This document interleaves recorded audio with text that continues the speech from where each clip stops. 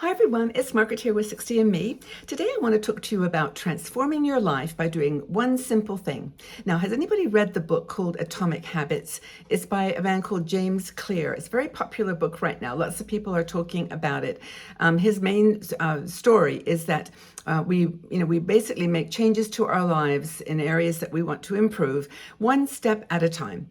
Atomic habits, creating habits that are small, we build on every day. It's kind of the story like we talked about many years ago. I did a video about exercise. And if you don't want to exercise at the gym or, in a structured way, you just do 1 minute the first day, walking, come home.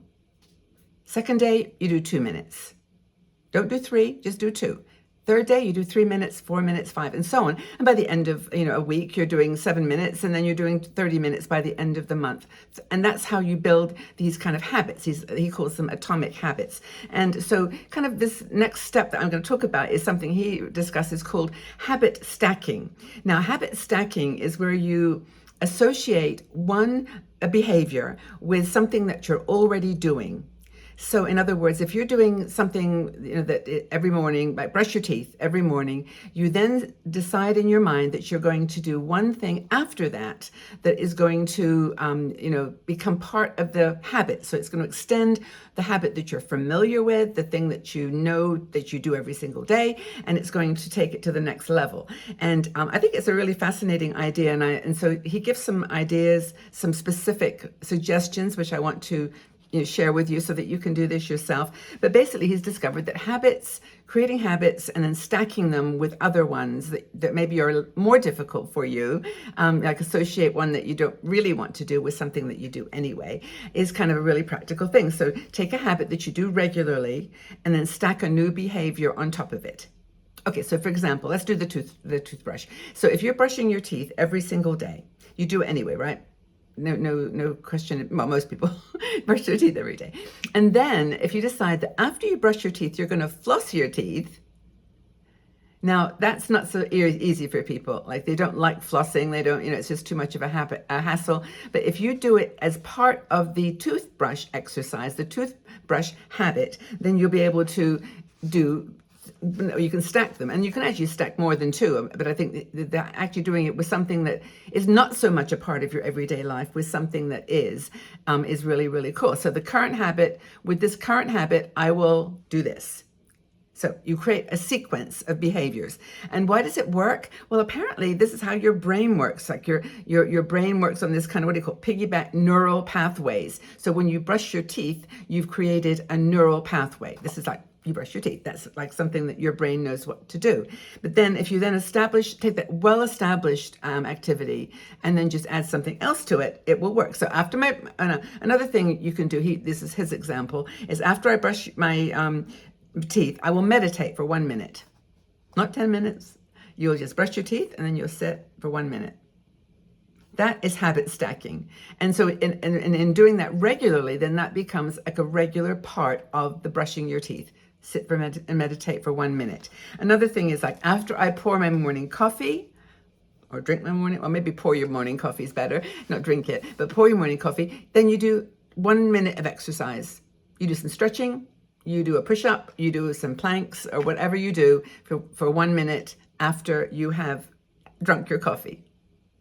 After another one, this is one I do this one, which is after I sit down on a train, I will read 1 page of a book.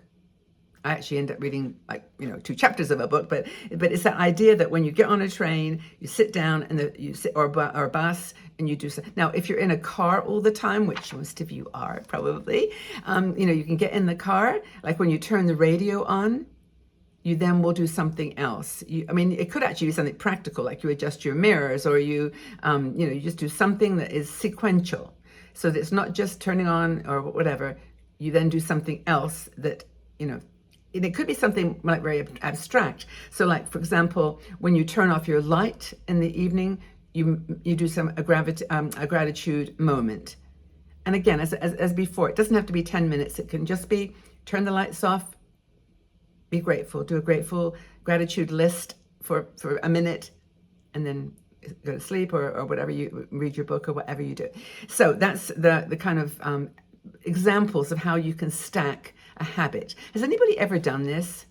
I mean, I actually started to do it when I didn't read the whole book, but I read this part of it, which I thought was really fascinating. That if you're already doing something that is habitual to you, why not tag on something else to it? So another thing you can do, he talks about, is memory association. So, like for example, if you when you watch an ad on TV, for example, every time you watch an ad, you actually then do a memory, like try to renew the states and the capitals, or like, I don't know, count back from 13, like skipping the even numbers, or whatever, 13, 11, 9, like that. So that's, kind of memory exercises. And one thing that I actually do with my memory exercises, another one he suggests, is when you check your phone, when you actually check for your email, take a breath. I did this yesterday, and it was really interesting that when I reached for my phone, I actually, funnily enough, thought about the breathing before I thought about I reversed the habit. So like no, that's not true, because I pressed to refresh my phone, to look at my phone, but I immediately thought, breathe. And I must have, when I was out for an hour yesterday, I must have checked my phone 5 times. On the bus, just walking, just checking for mail, checking blah, blah, as you do. And I actually did read the message, or looked at my messages, and a big deep breath. Another thing you can do, practical thing, is like water. So if you checking your mail, have a drink of water, a glass of water, or just all these associations with things that you really need or definitely do, and things that you're not so sure that you skip them. Reading after breakfast, you can have your breakfast and then sit down and read for 10 minutes. Is this sort of coming through? I'm reading lots of examples here, because for me it was like, how do I do that? What's the example? Let's see, reading after breakfast. Oh yeah, phone checks. That's the one I just mentioned. But you can create your own habit stacks. So think right now of a habit, something that you do every day. I put lip gloss on every day. I put makeup on every day. So maybe after I do my makeup every day, I should then do a moment of journaling, or a moment of breathing, or a moment taking my vitamin pills. Like, associate, because I don't always take them. I always forget the vitamins. So, cup of tea, take my vitamins, that kind of idea.